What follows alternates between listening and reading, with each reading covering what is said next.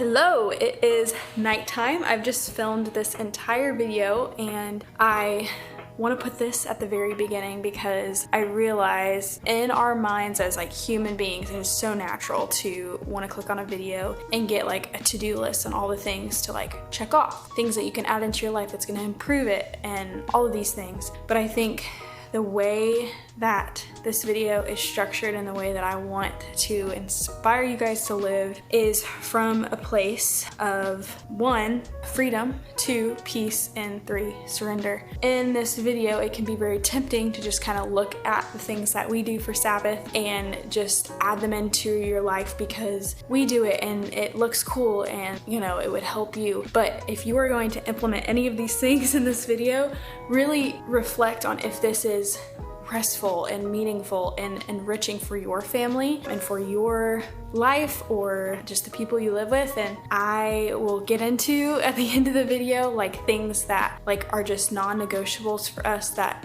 allow us to live from a place of freedom rather than like a religious obligation or like we have to do this sort of thing. But this video will kind of take you on a journey of like how each Sabbath is just very different and it's just an invitation for us to come and rest and really just be with our family and be with God and just live from a place of peace and just allow the rest of the week to be like enriching and fulfilling and living from this place of just deep inner peace and not hustle. I'm ready to get into it. So, hi. Hi. Ooh. Good morning from us. I don't know if it's your morning, but we are about to have a great day. There is a fireplace going on our TV. Hudson is eating, and we're gonna walk you through what Sabbath looks like for us. Sabbath means different things to very many different groups of people. Our family takes Sabbath as an opportunity to just truly rest and shut down from like any work, any chores, and just freely being able to have one day a week where you just don't have any obligation. You just threw all of your stuff all over the floor. For example, take this fire. In the fall or winter time, that will be one of our big things that we do as a family is now that we have a backyard, we'll just enjoy at night. So it's not actually Friday where we typically do our Sabbath. Sometimes Nick and I choose like a different day of the week to just like rest, which is really what we interpret the Sabbath as. God blessed the Sabbath and he made it holy. So when we choose to truly rest from the pace of life and just dwell with him and our families, like he will make it holy. It's a promise from him. We're not religious about it, like as in it has to be the exact same time every single week. It has to be this way. Like if the dishes are dirty and we cannot even wash our hands in the dish area, like we will do a few dishes. Like we're not religious about it, meaning it has to be the same way every single time. We're just truly trying to get a deep state of rest. So with that being said, we started our day, fed Hudson breakfast. I made like this adrenal cocktail, which is orange juice, coconut water, and a pinch of salt. It's really yummy. And we're gonna go to a coffee shop because Hudson broke Nick's coffee setup. So we're gonna get ready and then start the day. Hi. Hi. It's moody up in here. It's supposed to rain for the next 3 days. I don't know how we feel about it because it already looked like it was flooding yesterday and it's on day 1. I kinda like it. I know you like it. Our personalities are just different. If we said if we both were gonna create a coffee shop, the environments would totally be opposite. Yeah. Don't give them all the details. I'm not gonna give you any details in case we do it one day. But long story short, we're just very different and that's why we work. If I go missing, look for me in a cabin in the middle of nowhere in the woods in Montana. And you'll find Chelsea on South Beach. On the beach with a drink and a book. We're about to head to the coffee shop. I didn't share this in the beginning, but it's actually Labor Day and I have this kind of rule of thumb with like Sabbath where I just don't want to be on technology much at all. If it's like a movie or we're just like watching a football game or something, that's one thing. But I don't want to be constantly scrolling on social media or feeling like I have to create a video like this on Sabbath because the whole point is rest. I'm showing you guys how we Sabbath on a day where a lot of people are taking off work to Nick, what are key parts to your Sabbath? Key parts of my Sabbath are a good cup of coffee to start the day, hence where we're going. And then if I'm doing nothing at all on the Sabbath, like not moving, just like being a couch potato, I really don't feel rested. In fact, I feel worse because I'm just sitting there thinking about all the stuff I gotta do. So if I can do just like little odds and ends things around the house, clean out, do the dishes, change the light, whatever, that sort of thing, like what I'm gonna do today, then that really makes me feel, I don't know, it allows me to live in a different, more calm space because I'm less stressed about all the things that I think that I have to fit and do in the week. Yeah, so I'm a little bit different. I can't just sit around and do nothing. Well, But that's not what Sabbath is. I also don't think, yeah, right. I also don't think that, I should be focused on like actual work, things like that. So.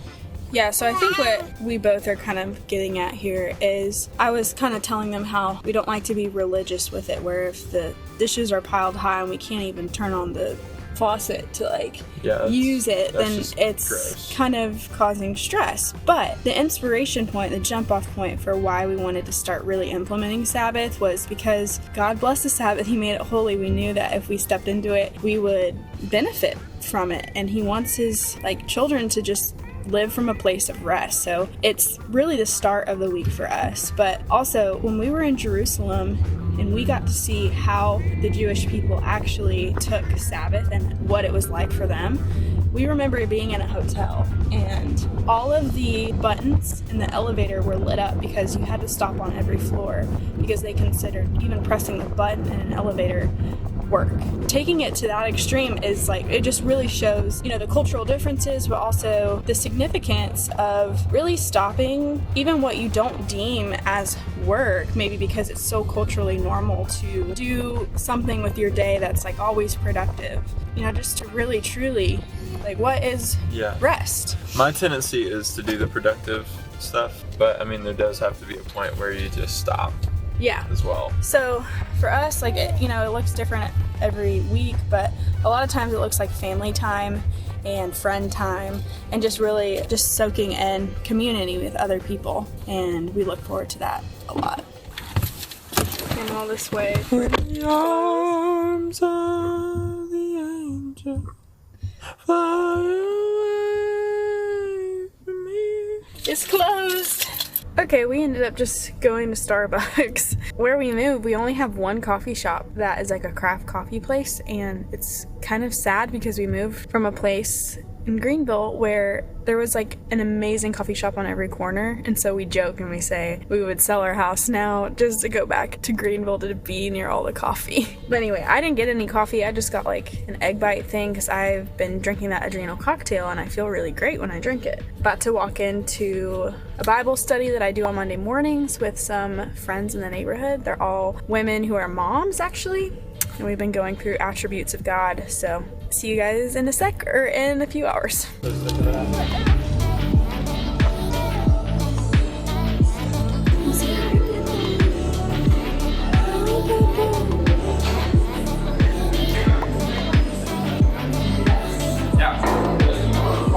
It's almost the end of the day.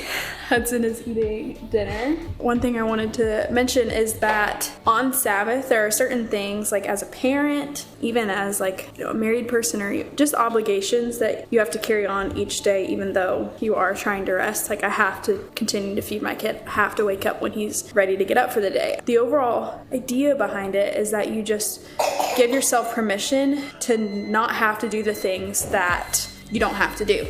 Nick made this delicious meal. It is chicken, I don't even know how you seasoned it, corn, and couscous, which I was we need couscous, even though typically... You made the couscous. Yeah, I did make the couscous, but it was too runny. My cooking skills are not as superior as Nick's, because he grew up in a southern household. Too kind. You're a good cook. Thanks. You make a lot of good stuff.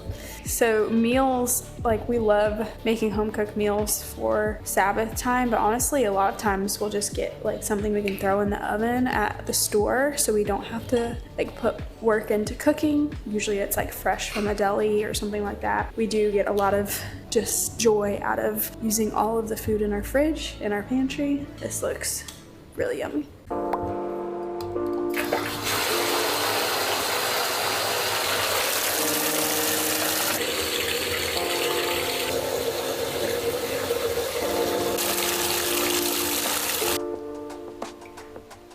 All right, so the day is over and I just took a bath, which was really relaxing. We got some bubble bath recently for Hudson to try out, and he had a really great time with like discovering bubbles for the first time. And I wanted to share the book that I've been very slowly going through with our Patreon group.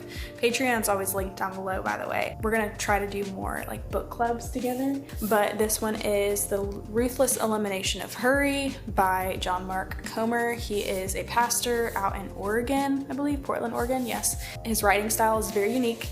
It's very different than what a lot of other authors write like. It's kind of like how he speaks. The chapter that I just got on was talking about our money and how it's so easy as a society to just get into the pace of life of like, you see something that you want, it's easy to access, so you just one click and buy. I just love the perspective that he gives on, think about what this item will cost you, the maintenance on it, the time that you have to give to it, and the space it'll take up in your home, and to live a more just simple, minimal life, because that's the way of Jesus, and giving way more than we ever receive. And that's just so countercultural. But when it comes to Sabbath, I'm gonna put a little list like right here so you guys can kind of just like screenshot it as I kind of lay out the kind of non-negotiables of our Sabbath. A lot of the inspiration points have come from this book, but also just experiences from being in Jerusalem, also just like knowing what is good for our family. The first, for me specifically, Nick and I don't always do the exact same things like we've kind of expressed earlier on in the video, but for me it's deleting social media Friday night and sometimes until Monday. Usually it's Friday night until Sunday morning or Sunday midday, and I find that helps me as a creator to just breathe and stop and taking other people's content, to just slow my mind down. So number one is deleting all social media. The second is something that's really fun. So it's kind of a tradition that we recently started that I heard John did with his family, and I was like, that was really fun. And recently we made peach cobbler. Nick made it, and he has been wanting to make it for a long time. So each week we come up with an idea of a dessert that we want to make, and we make it. So that just kind of gives us something to look forward to, bake as a family, and just kind of figure out like new things that we like to eat in our home. The third is like scheduling in on the Sabbath, like things to do as a family, things to do with friends. Really, it's just a lot of hanging out at people's houses. So for us, that looks like scheduling a nanny while Hudson sleeps to just literally watch the monitor. It's not a big deal. We play games, we talk, we share life experiences, and we just like really have enriching conversation. You would do that any other day of the week typically, but to schedule it in specifically on Sabbath just feels like another level of just meaningful friendship time, because a lot of it is very undivided time and you're not like consumed by your phone because you may have social media deleted, or you just aren't even really picking up your phone much. You might leave it at home, whatever the case may be. Again, we're not like very religious about everything. I will bring my phone if I want to, but I also just really try to go with the promptings of the Holy Spirit, like what truly feels right for that weekend. It's so funny, when I was reading through this book, this is number 4, I believe, on the list that we're making. Sabbath was one of the chapters that was specifically talked about, and he kind of gave a list of the things that he loves to do on Sabbath. It was simple. It's like we try to overcomplicate stuff like this. Let me read this to you. All week long we work, play, cook, clean, we shop, we exercise, we answer text messages, we inhabit the modern world, but finally we hit a limit. On Sabbath, we slow down. More than that, we come to a full stop. What I love that he talks about is that when we practice Sabbath, we are less stressed throughout the week. We're not going all the time, where like our mind has just reached its limit, and we're able to just see things differently from just a full perspective. So that brings me to the next point. Laundry, dishes come to like a stop for a day. That doesn't necessarily mean we won't touch the laundry or we won't touch the dishes, but we give ourselves permission to not do any dishes, not do any cleaning, not do any laundry. And that for me, as the person who does most of the laundry, a lot of the dishes, Nick helps out a ton, but he also works on other things that I don't work on. It just feels so nice, and it helps my spirit of like throughout the week. It can be tempting to complain about the dishes or the laundry whenever I'm always doing it. But when I give myself a day to not do it and just rest, I come to it with a different perspective. Like, it's just from a place of like giving myself more grace and realizing like, you know, I have a lot of laundry because I have a full house of like people that I love. That's not always easy to have that perspective, but it's easier to have that perspective when you come from a place of rest. I love giving myself permission to not do work like that. Last point that I will say is kind of leaning back on the purchases, like from consuming, from buying things on Amazon, from going out and spending a lot of money. Like, that can get kind of like routine whenever you're, you know, moving or something. You have to buy a bunch of stuff for like a new move or a new baby that's coming, or, you know, just all these transitions in our life make us feel like we have to buy more and more things. A simple life is like taking a few steps back, sleeping on purchases, and like not giving in right away whenever you have the impulse to buy something. That is a big one. And of course, this is a given, but spending time, meaningful time with the Lord, and that looks different from person to person. I know for me, I hear from the Lord all the time through my friends, my family, and just them leaning into what the Lord's telling them. Also just sitting and journaling, and literally just letting your mind slow down. I hope that this gives you guys inspiration. In the comments, if you would share what your Sabbath is like or what you would like it to look like, and if you're even thinking about starting to do it, since you may have been hearing about it more. I can't wait to hear how you guys implement this into your life. That is all. We love you guys, and we'll see you in the next video. Deuces and good night.